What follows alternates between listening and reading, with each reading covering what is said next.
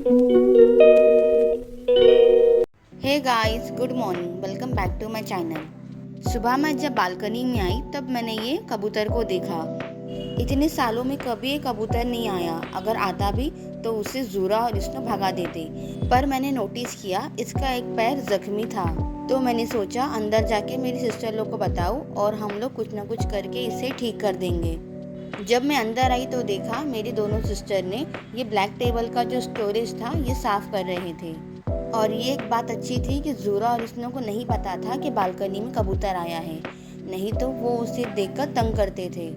फिर भी हम लोग उसको थोड़ी थोड़ी देर में जाके चेक कर रहे थे कि वो क्या कर रहा है। और स्नो बालकनी में नहीं जाए इसलिए हमें इसे एक बॉक्स दिया है, क्योंकि स्नो को बॉक्स बहुत ही पसंद है तो ये खेलने में बिजी हो जाएगा।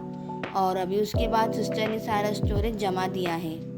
स्नो को नहलाना बोले ना बहुत ही मुश्किल काम होता है, क्योंकि वो जल्दी नहाता नहीं है और जब भी उसको नहलाते हैं वो इतने नाखून मारता है, तो बहुत ही मुश्किल काम है। वो तो मेरी सिस्टर ही करती है। तो रूबी ने उसको अच्छे से नहला दिया है और वो जल्दी से सूख जाए इसलिए वो ऊपर से ड्रायर कर रही है। उसको हमने बास्केट में ही रखा है ताकि वो बाहर ना आ पाए। फिर से कबूतर को एक नज़र मारते हैं। 1 hour later. कबूतर के लिए मेरी सिस्टर ने इसके लिए खाना और पानी दोनों रखा था, पर बेचारा कब से खड़ा ही था वो। फिर भी अल्लाह का शुक्र है वो थोड़ा चल रहा है और उड़ने की कोशिश कर रहा है। वैसे तो स्नो को बालकनी बहुत ही ज़्यादा पसंद है, क्योंकि जो हमारी बालकनी है वो हॉल से लेके मास्टर बेडरूम तक अटैच है, तो यहाँ से जाता है और वहाँ से वो आता है। लेकिन अभी हमें उसे बालकनी में जाने नहीं देना है, इसलिए हम उसका ध्यान भटका रहे हैं। और ज़ूरा तो काफ़ी टाइम से सोई हुई है, तो वो एक बार सोती है तो बहुत टाइम तक उठती नहीं है। थोड़ा थोड़ा वो उड़ने की कोशिश कर रहा है, शायद जब पूरा उड़ जाएगा अच्छे से तो वो यहाँ से चला जाएगा। इसीलिए हम लोग भी उसे तंग नहीं कर रहे हैं, बस थोड़ी देर में जाकर चेक कर रहे हैं कि वो क्या कर रहा है। और साथ ही साथ मेरा काम भी यहाँ पर चालू था, जैसे कि मैं पूरे घर की अच्छे से झाड़ू लगा रही हूँ। वैसे तो बालकनी में हमने इसके पहले कबूतर लोग को लिए खाना रखे थे, लेकिन इसके पहले कोई भी नहीं आया। पता नहीं ये कैसे आ गया। झाड़ू लगाने के बाद मुझे याद आया कि मैंने वॉशिंग मशीन में कपड़े भी डालने थे। मैंने रात में उसे भिगा के रख दिए थे सारे कपड़े, और अब मैं वॉशिंग मशीन स्टार्ट कर दूंगी।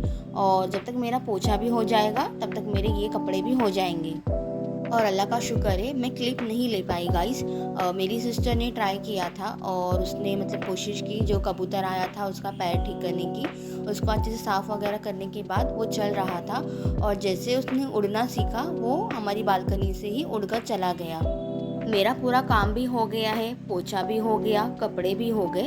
अब मैं इन सारे कपड़ों को अच्छे से सुखा दूँगी।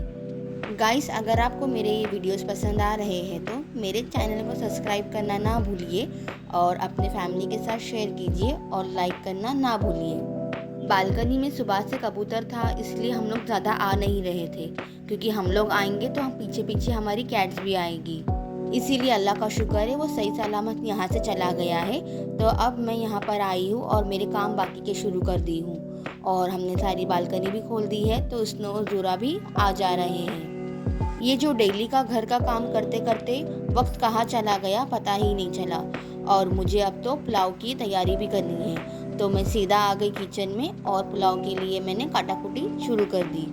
मुझे हर टाइप का पुलाव बनाने के लिए आता है और सब लोगों को मेरे हाथ का पुलाव बहुत ही पसंद है। जब भी पुलाव बनता है तो मैं ही बनाती हूँ। पता नहीं, मैंने एक ही बार मेरी अम्मी के सामने खड़े रहकर मैंने देखा था और अम्मी मुझे बताते गए कि कैसे पुलाव बनाना है। एक ही बार देखने के बाद ही मैं सीखने लगी।